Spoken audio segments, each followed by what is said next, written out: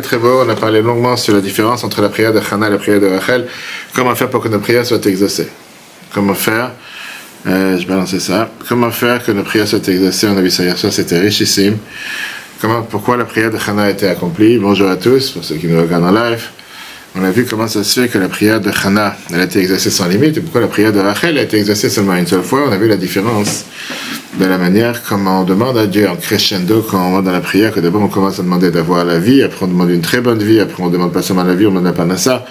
Et plus on avance et plus on demande, et on a vu quelle est la différence entre le début de la prière et la fin de la prière, et la réponse était que quand tu passes par les remerciements, c'est beaucoup plus facile. Et ça c'était le cours d'hier soir qu'on peut voir sur le Torah, qui est que le composant crucial qu'on a besoin pour que notre prière soit exaucée, c'est d'avant de demander quoi que ce soit, savoir remercier. Et quand on dit merci d'abord, après on peut obtenir beaucoup plus. On est à un peu plus de 24 heures de Rosh Hashanah. Et cette année, Rosh Hashanah, ça sera, si Dieu veut, une année particulière qui est rarissime, sa configuration. Pour la simple raison que la Bible en a parlé en 1990 et 91, comme on va apprendre aujourd'hui, 3 lettres que la Bible a écrites justement à l'occasion de Rosh Hashanah à tous les peuples juifs, comme il avait l'habitude d'écrire à chaque fête, qui est quoi? Qui est qu'on est dans une configuration avec 3 fois 3 fois 3. Qui veut dire, on a 3 jours de fête d'affilée, surtout en dehors d'Israël, à 3 reprises.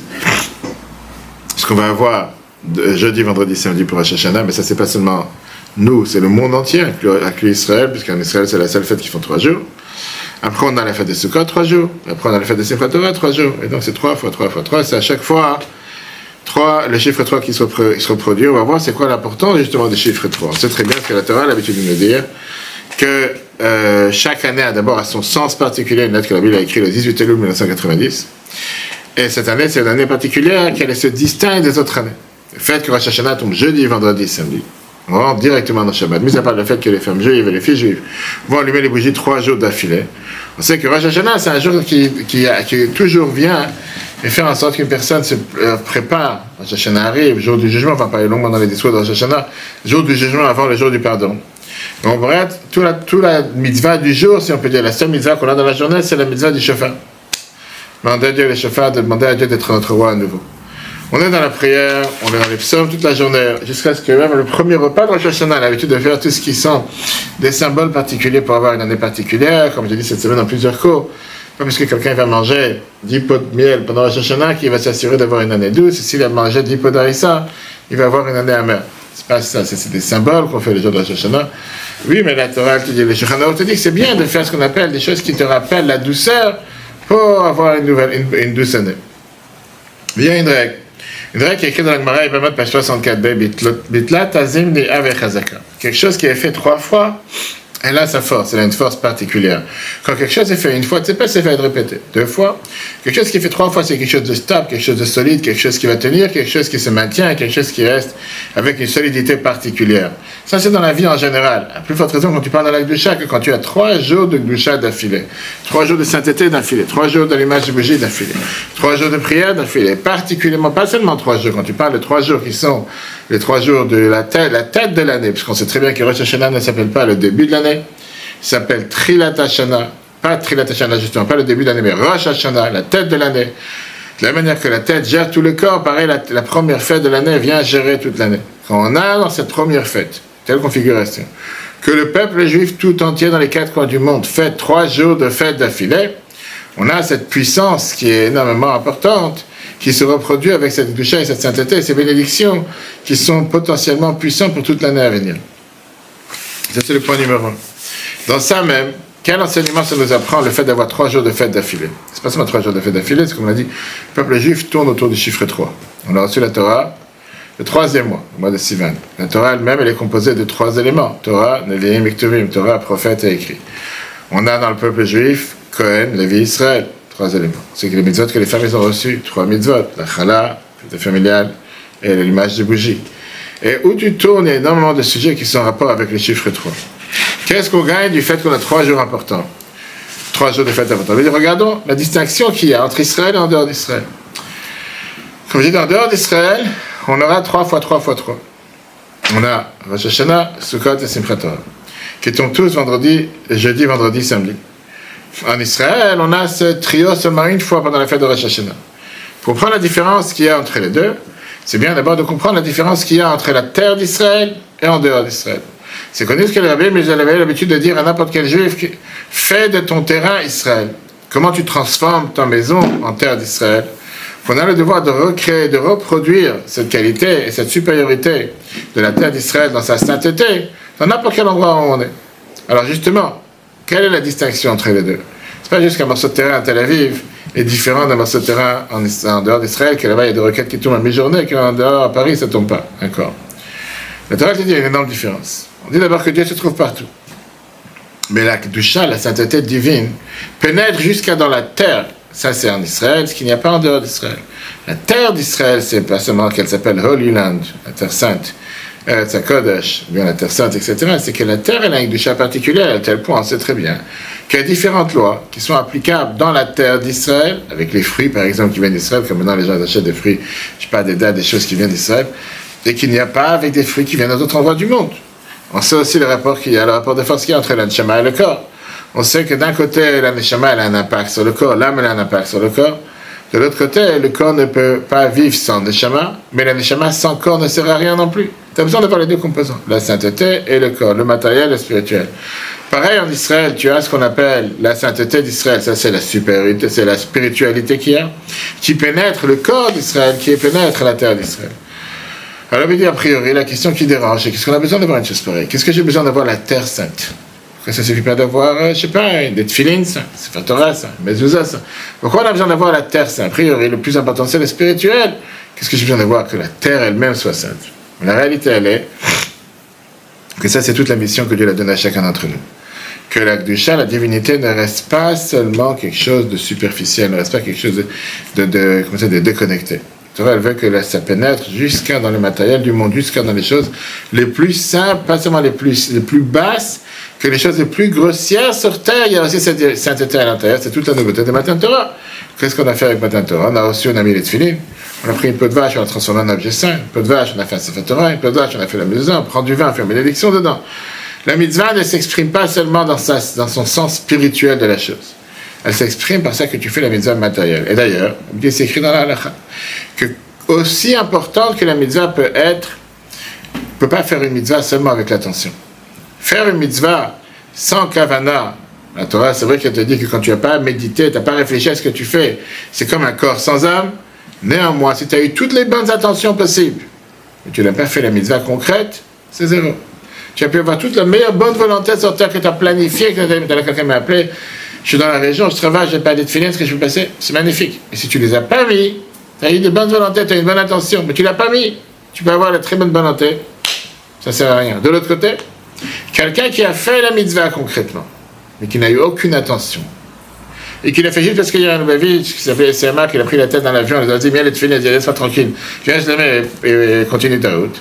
Il a mis les filets. Tu peux lui enlever le fait qu'il a fait la mitzvah, il a fait ce qu'il faut faire. Et alors, moi, Zaken t'explique que ça, c'est le but, qu'est-ce que Dieu a cherché sur terre. Je dis pourquoi Dieu a décidé de créer le monde pour pouvoir faire descendre la divinité sur terre. C'est-à-dire que dans les sujets, dans les choses les plus basses sur terre, on puisse faire descendre la divinité. Ça, c'est le but. Pourquoi on a les mitzvot? Pourquoi Dieu nous a fait les mitzvot? Et les faire de manière matérielle, pas de manière spirituelle, que je réfléchis, je médite. Peut-être qu'avec, comment on appelle ça, les bouddhistes ou les autres religions, on a l'habitude de fermer les mains, de fermer les yeux, de réfléchir, de méditer. Mais concrètement, qu'est-ce qu'ils ont changé leur personne matériellement? La Torah te dit, je veux que toi, tu changes. Je veux que ta personne, elle change. Et c'est pour ça, d'ailleurs, que la Torah te dit que la récompense des mitzvot, c'est une récompense matérielle, pas une récompense spirituelle. Tu vas voir dans le monde d'en haut, tu auras... Non, on dit dans la Torah, on lit dans le schéma, le man tu auras longue vie, tu auras une bonne santé, tu auras la parnasse. C'est ce qu'on demande dans la prière de Rosh Hashanah. Et comme c'est connu, ce grand débat qui est entre Rambam Maïmonide et Rambam Nachmanide. Quel est le salaire des mitzvot? Quelle est la récompense des mitzvot? D'après Rambam, il n'y a pas de salaire dans ce monde. On a parlé plusieurs fois. Maïmonide te dit qu'il n'y a pas de salaire dans ce monde. La récompense, c'est le Gan Eden, le monde futur. Très bien. Là-bas, tu auras des neshamot sans âme. Là-bas, tu vas voir la salaire des mitzvot. C'est un endroit spirituel. C'est là-bas, tu ne peux pas comparer ce que tu vas voir là-bas et ici. C'est un autre monde. On sait très bien que Rambam, Nachmanide n'est pas d'accord. Il a vécu après l'époque de Rambam. C'était il y a quelques 500 ans, d'Espagne. Et lui, tu dis que non. Le but principal, c'est Triat HaMetim, la résurrection des morts, dans laquelle les âmes et les corps vont être réunis ensemble. On aura cette récompense matérielle, ça ne sera pas une récompense spirituelle totalement déconnectée. Non, la Torah, elle veut que tu fasses ces choses matériellement pour avoir une mérite et une récompense matérielle.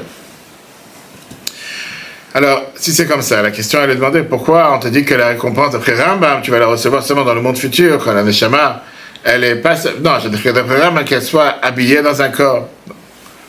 Au final, pourquoi on fait ce que Dieu demande? Ce que Dieu t'a demandé. J'ai besoin d'avoir une récompense en étant habillé dans un corps. C'est le Neshama qui cherche à faire ce que Dieu demande. J'ai pas besoin que l'âme soit dans un corps, même si c'est pas dans un corps, peu importe. Et la réponse, elle est que non. Dieu n'a pas créé un monde pour avoir des gens qui sont déconnectés de ce monde. Dieu n'a pas créé un monde pour qu'on fasse les mitzvot de manière déconnectée, de manière séparée du monde. Dieu a créé un monde matériel, parce qu'il a vu que dans ce monde matériel, on fasse descendre sa divinité la plus haute. Et c'est la raison pour laquelle, justement, que le temple avait été construit. Le temple de Jérusalem. A priori, les gens ils demandent, qu'est-ce que ça a besoin d'avoir un lieu pour aller prier vers Dieu? Dieu se trouve partout. Quand on dit dans la prière. Non, Dieu voulait qu'il y ait un endroit matériel, qu'on s'identifie avec quelque chose de matériel, qu'on fasse une mitzvah matériellement. Et qu'à travers cette mitzvah matérielle, chaque fois que tu dis une bracha, Baruch Ata Hashem, tu fais descendre la divinité sur terre. Et ça, c'est le sens de ce que la Bible avait l'habitude de dire, fais de ton endroit Israël. C'est-à-dire que cette sainteté qui est en Israël, cette vision des choses, de sanctifier le matériel, on a le devoir de le faire chacun d'entre nous. Plus forte raison, quand on est dans une telle configuration cette année, qu'on a la force de pouvoir prendre 3 jours profanes, 3 jours qui sont officiellement sans particularité, et on fait rentrer la Gdusha à l'intérieur, que ça devient 3 jours de fête. Ça, c'était la lettre que la Bible a écrite ce samedi soir, le 25 Elul. Et à chaque fois, comme j'ai dit, il y avait chaque semaine, elle avait écrit une autre lettre au peuple juif dans le monde entier, c'était écrit dans tous les journaux, elle avait continué à parler de ces lettres. Aujourd'hui, on est le 3e jour de Slichot, chez les Ashkenaz, chez Chabad, chez les Sfaradim, ils ont commencé il y a un mois, mais chez Chabad et Ashkenaz, on a commencé ce samedi soir. Donc, je dit que d'abord, on est mardi. On sait très bien que mardi, c'est un jour important, un jour propice de bénédiction. Un jour double fois, où Dieu il a dit double fois le mot Kitov, que tout est bon. Venons s'approfondir un peu plus sur ce qu'on vient de mentionner sur les 2 précédentes lettres. Que l'année, la particularité de l'année dans laquelle on arrive, c'est une année qui a une chazaka, qui a une triple force, 3 jours d'affilée, surtout en dehors d'Israël, de Gdusha. Au passage, à partir de ce Shabbat, on va aussi lire la paracha Vezot Abracha, 21 jours. C'est aussi qu'on a une configuration récime. En général, on lit une paracha 7 jours. Maintenant, ce Shabbat, on va lire à Azinu, qui est la paracha pour la parassa, et après ça, dimanche, on commence Vezot Abracha, et ce Shabbat prochain, on ne va pas la lire, parce que c'est Kippour. Shabbat d'après, on ne va pas la lire parce que c'est Sukkot. Shabbat d'après, on va lire Bereshit. Donc on va lire pendant 21 jours, Vezot Abracha, qui sont toutes des bénédictions que Mashiach a donné à tous les peuples juifs. C'est comme j'ai dit, encore une fois, une configuration rarissime, qu'on a une triple force de bénédiction cette année. On a dit tout à l'heure que c'était quoi la force, c'était quoi la puissance de cette Chazaka, le fait qu'on a 3 fois 3 jours de Gdusha particulière, que chaque juif il a la possibilité de faire pénétrer cette divinité, cette sainteté dans les choses les plus basses sur terre. Par ça que tu le fais de manière fixe. Pas juste une fois, tu l'as fait 3 fois c'est quelque chose de fixe, quelque chose de solide. Je veux dire néanmoins, malgré qu'on te dit qu'il y a une différence entre la terre, la Gdusha qui est en Israël, la Gdusha qui est en dehors d'Israël, on voit que dans la sainteté qu'il y a en Israël, il y a aussi des différences. Et il y a aussi des niveaux différents. On sait qu'il y a une énorme différence, dans la Chal te dit, entre la sainteté qui est en Israël, quand je vais aller à tous les peuples juifs habités à l'époque en Israël, qu'on arrivait avec les 12 tribus, que c'est la seule fois qu'on faisait ce qu'on appelle le jubilé, l'année du Yovel, alors qu'aujourd'hui on ne fait pas l'année du Yovel. Aujourd'hui on a l'année de la Shemitah qu'on fait, et même certains te disent, c'est pas forcément d'après la Torah, c'est d'après les Chachamim. Alors que quand tu as une partie des tribus qui ont été exilées par Sainte-Réry, automatiquement la sainteté, elle a été, si on veut dire, touchée, dégradée, automatiquement on fait plus ce Yovel. De la même manière que c'est un rapport avec la terre d'Israël au sens simple, que sa perfection était quand les 12 tribus étaient présentes. Pareil avec le travail spirituel des chaque juif. Quand est-ce qu'on peut arriver à faire descendre la divinité et la sainteté à un niveau le plus élevé? Quand on travaille avec tout son âme. Et on sait très bien que Kippour, on va parler sur le fait qu'on a 5 prières qui sont 5 niveaux de l'âme. 9 Ruach, Neshama, Chaya, Yechida. C'est la raison pourquoi on a 5 prières, 5 marches sur l'échelle de Kippour. En d'autres mots, le service de Dieu ne doit pas être fait seulement avec une partie du corps. Cérébral, émotionnel, intellectuel, mais avec tout son être, que ce soit la pensée, la parole, l'action, le sentiment, le cerveau, de faire en sorte que chaque détail est imprégné avec le service de Dieu. Et ça, on le voit dans la paracha de cette semaine. La paracha qu'on a lu cette semaine aujourd'hui, qu'on a commencé à lire depuis Mincha Shabbat, Azinu Hashamaim ve Tishma Haaretz. Qu'est-ce que ça veut dire Azinu et Tishma en français? En français, c'est presque la même chose. Écouter et entendre. Qu'est-ce que tu entends, qu'est-ce que tu écoutes? On dit qu'il y a une manière d'écouter. Écouter, c'est que tu écoutes proche. Entendre, c'est que tu entends des voix, c'est entendre quelque chose de lointain. La différence, c'est que Azinu, ça veut dire entendre des choses qui sont proches. Azinu vient du mot des oreilles, ozen. Je dis quelqu'un te souffle à l'oreille, quelque chose de proche. Tishma, ça vient du mot entendre qui est beaucoup plus loin, des choses qui sont lointaines. Pourquoi on dit Azinu Hashamaim, le ciel et la terre? Parce qu'en règle générale, on aurait dû dire l'inverse. Quand tu parles du ciel qui est loin, on aurait dû dire Shemu Shamayim, écoute le ciel. Tu n'entends pas le ciel c'est très loin. Alors que la terre qui est plus proche, on aurait dû dire Azin Yeretz, écoute la terre. D'ailleurs, c'est ce que le prophète Ishaï a dit. Il avait dit que non. Rachat cette semaine, tu dis l'inverse. Azin ou Hashamayim, on te parle du ciel, écoute proche. La terre, écoute loin. Pourquoi un loin et proche, alors ça aurait dû être l'inverse. Donc quand quelqu'un est sert Dieu avec toutes ses parties, toutes ses composants, son âme, ses forces matérielles, spirituelles, intellectuelles, émotionnelles et cérébrales, il doit se dire qu'au final, il doit inverser la donne. Les choses qui sont du ciel, les choses spirituelles doivent être proches. Les choses qui sont de la terre doivent être loin. Les choses terrestres, les choses matérielles, peuvent avoir une certaine distance. Tout ce qui est la spiritualité, ça doit être proche de lui. On sait que quand Mashiach va venir, la terre d'Israël va revenir à cette situation particulière. Plus que ça, elle va être encore plus parfaite que ce qu'elle était à l'époque. Dieu va élargir les frontières de la terre d'Israël. On dit que les 7 peuples qui étaient en Israël à l'époque représentaient, à quoi représentaient les 7 peuples? Représentaient aux 7 attributs avec lesquels Dieu a créé le monde. Chesed, Gvura, Tiferet. Aujourd'hui, même si on n'a pas la capacité de venir et gouverner 7 peuples qui nous entourent, mais on a le devoir de gouverner les 7 peuples qui sont à l'intérieur de chacun d'entre nous, les 7 attributs avec lesquels on travaille sur terre. La bonté, la rigueur, l'harmonie et tout le reste. Quand Mashiach va venir, à ce moment-là, ça pourra s'accomplir aussi matériellement. Mais aujourd'hui, ça s'accomplit spirituel. Alors, avec ça, la vitamine, ça c'est la puissance qu'on a cette année. Que Dieu fasse qu'on puisse utiliser toutes ces forces qu'on reçoit avec ces 3 jours de fête, 3 fois 3 fois 3. Et qu'on a ces 21 jours de bénédiction. Et qu'on puisse utiliser les 10 forces de chacun d'entre nous de la Neshama, que nous avons à l'intérieur de nous pour montrer comme quoi on n'a pas de quoi baisser la tête, on n'a pas de quoi être faible, qu'on a cette force interne à l'intérieur de nous, on a juste le devoir de l'utiliser, comme on voit en Israël depuis 2-3 semaines, comment on utilise finalement la force qu'on aurait dû utiliser depuis 11 mois et agir comme il faut agir, et que cette force soit exploitée pour le combat interne et le combat externe. Le combat interne, c'est le combat contre le mauvais penchant, le combat contre les forces du mal. Ne pas aller vers Rosh Hashanah en se disant, c'est parce qu'on est tombé sur la tête un jour de jugement. Oui, un jour de jugement, mais on sait qu'on va gagner, on sait qu'on aura le meilleur contrat pour la nouvelle année. Et de la même manière, s'assurer que ça soit assez à l'extérieur, d'imprégner de cette force n'importe quelle personne qu'on rencontre. Donc, tu as un potentiel énorme. Exploite ce potentiel au maximum. Et comment? Parce que tu commences à faire une mitzvah. Fais écouter le chauffard, mets une mezouza, fais les tefilines. Et grâce à ça, si chacun met son allumette, le monde va changer. Un dernier point, ça c'est la lettre que la Bible a écrite mardi prochain, qui est le premier mardi de l'année. Continue encore une fois avec ce même point des 3 jours. La Bible explique encore une fois le fait que Rosh Hashanah est la base de tout. Et que ce Rosh Hashanah cette année, c'était un Rosh Hashanah particulier qu'on a 3 jours de fête d'affilée, les jours dans lesquels on couronne Dieu à nouveau. On sait très bien que ce chiffre 3, il est aussi attaché à toute la Torah, comme on l'a dit tout à l'heure. 3 Torah, Nevim, Tuvim, 3 détails du peuple juif, Kohen, Nevi, Israël, et aussi que Rosh Hashanah, on couronne Dieu à 3 manières différentes, qu'on va dire dans la prière Malchiot, Zichronot et Shofarot, qu'on a les 3 différents paragraphes qu'on rappelle la royauté de Dieu, qu'on rappelle les souvenirs de ce qu'il nous a promis depuis le début du temps avec Yitzhak, et les Shofarot, à chaque fois qu'il nous a dit d'utiliser les Shofars, etc. Le lien de la Haftara de Rosh Hashanah, c'est la Haftara qui nous parle de Chana, cette mère juive qui était stérile, et que Dieu il a fait en sorte qu'il a écouté sa prière le jour de Rosh Hashanah, qu'il a eu un enfant qui s'appelle Shmuel. On sait que Chana, c'est aussi 3 lettres qui font allusion aux 3 mitzvot de la femme. Et le but, c'est que Mashiach arrive, c'est la 3e délivrance, le 3e temple, qui représente le 3e patriarche, Yaakov, et on voit ça aussi allusionné dans la voix de Chana, qui termine avec le nom de David. David qui a aussi un nom à 3 lettres. Et là, on apprend comment on a le devoir de servir Dieu avec nos 3 habits, pensée, parole et acte. On voit comment on est entouré partout des chiffres 3. Que Dieu fasse qu'on mérite d'avoir toutes ces bénédictions matérielles. Nos soldats réussissent dans toutes leurs missions, dans le nord, dans le sud et dans le centre. Les otages reviennent et qu'on puisse cette année partager que des bonnes nouvelles. Le cours en reflet sur Torah.fr, on va sonner les chafards pour demander à Dieu toutes les bénédictions. Aujourd'hui, c'est le dernier jour qu'on sonne les mois des loups, puisque demain on ne sonne pas. Pourquoi demain on ne sonne pas? Parce qu'on te dit qu'on fait la distinction entre les sonneries du mois de Elul et les sonneries de Rosh Hashanah. Les sonneries de Rosh Hashanah, c'est une mitzvah, alors que le mois de Elul, c'est pour se préparer à Rosh Hashanah. Que Dieu fasse qu'on puisse entendre et partager que des bonnes nouvelles. T'es parti chercher un client? Oui. On arrive? Il arrive. Ça, c'est la mitzvah du chauffard, de trompette. Mitzvah du chauffard. Que Dieu vous bénisse et qu'on entende et qu'on partage que des bonnes nouvelles. Amen. Ouais, tiens, attends.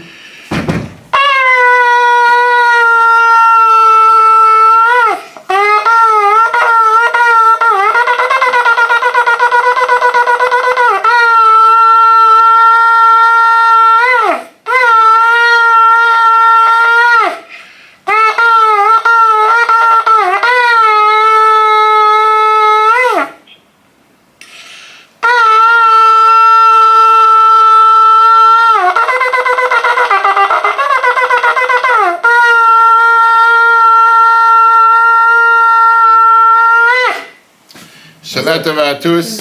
Cours rempli sur le Torah, si Dieu veut, à l'année prochaine. eTorah.fr, la Torah en live. Ce cours est proposé par eTorah.fr. Pour nous aider à continuer à diffuser les cours de Torah, vous pouvez faire même une petite contribution sur notre site www.etorah.fr dans l'onglet « Faire un don ». Retrouvez-nous aussi sur les réseaux sociaux.